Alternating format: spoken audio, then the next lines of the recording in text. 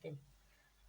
ಇದನ್ನ ತುಪ್ಪ ಒಂದು ಸ್ವಲ್ಪ ಬಾಣಂತಿಗೆ ಹಸಿ ಅಂಟು ಕೊಟ್ಟಿತ್ತು, ಬಿಸಿ ಅಂಟು ಕೊಡ್ಲಿಕ್ಕೆ ನೋಡ್ರಿ. ಅಂದ್ರೆ ಅಂಟನ್ನು ತುಪ್ಪದೊಳಗೆ ಕರೆದು ಕೊಡ್ಬೇಕು ನೋಡ್ರಿ. ಒಂದು ಸ್ವಲ್ಪ ನಾನು ಸಣ್ಣದೊಂದು ಇದ್ರೊಳಗೆ ತುಪ್ಪ ಹಾಕ್ಕೊಂಡೇನಿ. ತುಪ್ಪ ಸ್ವಲ್ಪ ಕರಗಿದ ಮೇಲೆ ಅದಕ್ಕೆ ಅಂಟು ಹಾಕ್ಕೊಂಡು ಅವನ್ನ ಹುರಿಬೇಕು ನೋಡ್ರಿ, ಕರ್ಕೋಬೇಕು ಅವನ್ನ. ಆಮೇಲೆ ಅದಕ್ಕಿಂತ ಯಾವ ರೀತಿ ಈಗ ನೋಡ್ರಿ, ಈಗ ತುಪ್ಪ ಕರಿಯದ ಈಗ ಅದ್ರೊಳಗೆ ನಾನು ಈಗ ಅಂಟು ಹಾಕ್ಲಿಕ್ಕೆ ನೋಡ್ರಿ. ಅಂಟು ಹಾಕೋಬೇಕೀಗ. ಯಾವ ರೀತಿ ಅಂತಂದು ನೋಡ್ರಿ, ಹಿಂಗೆ ಹೇಳ್ತಾವೆ, ಹಿಂಗೆ ಹಳ್ಳೆದ್ದಂಗೆ ಹಿಂಗೆ ಆಗ್ತಾವೆ. ಅವನ್ನ ನಾವು ಕರ್ದು ತಗೋಬೇಕು ನೋಡ್ರಿ.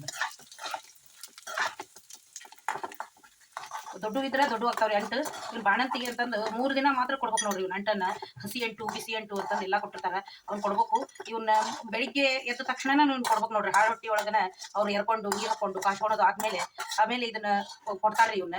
ಅಂದ್ರೆ ಹೊಟ್ಟಿಗೆ ಹೊಟ್ಟಿಗೆ ಆರಾಮಾಗ್ತದ ಅನ್ನೋದ್ರ ಸಲುವಾಗಿ ನೋಡ್ರಿ. ಇದಕ್ಕೆ ಈಗ ಕರ್ದದ್ದು ಇದ್ವಲ್ರಿ, ಇವಕ್ಕೆ ಸಕ್ಕರೆ ಹಾಕ್ಲಿಕ್ಕದ ನೋಡ್ರಿ. ಈಗ ಸಕ್ಕರೆ ಪುಡಿನ ನೀವು ಸಕ್ಕರೆ ಅದನ್ನ ಹಾಕಿ ಇದನ್ನ ಮಾಡ್ಕೋಬೋದು, ಕುಟ್ಕೋಬೋದು.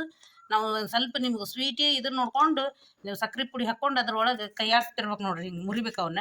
ಅವು ಕುಟ್ಟೋದಕ್ಕಿಂತನೂ ಹಿಂಗೆ ಎರಡೂ ಒಂದ ಇದು ಆಗಿಬಿಡ್ತಾವ್ರಿ. ಅವು ಏನು ಹಿಂಗೆ ಮುರಿದು ಕಲಸಿದ್ರೆ ನಡೀತದ.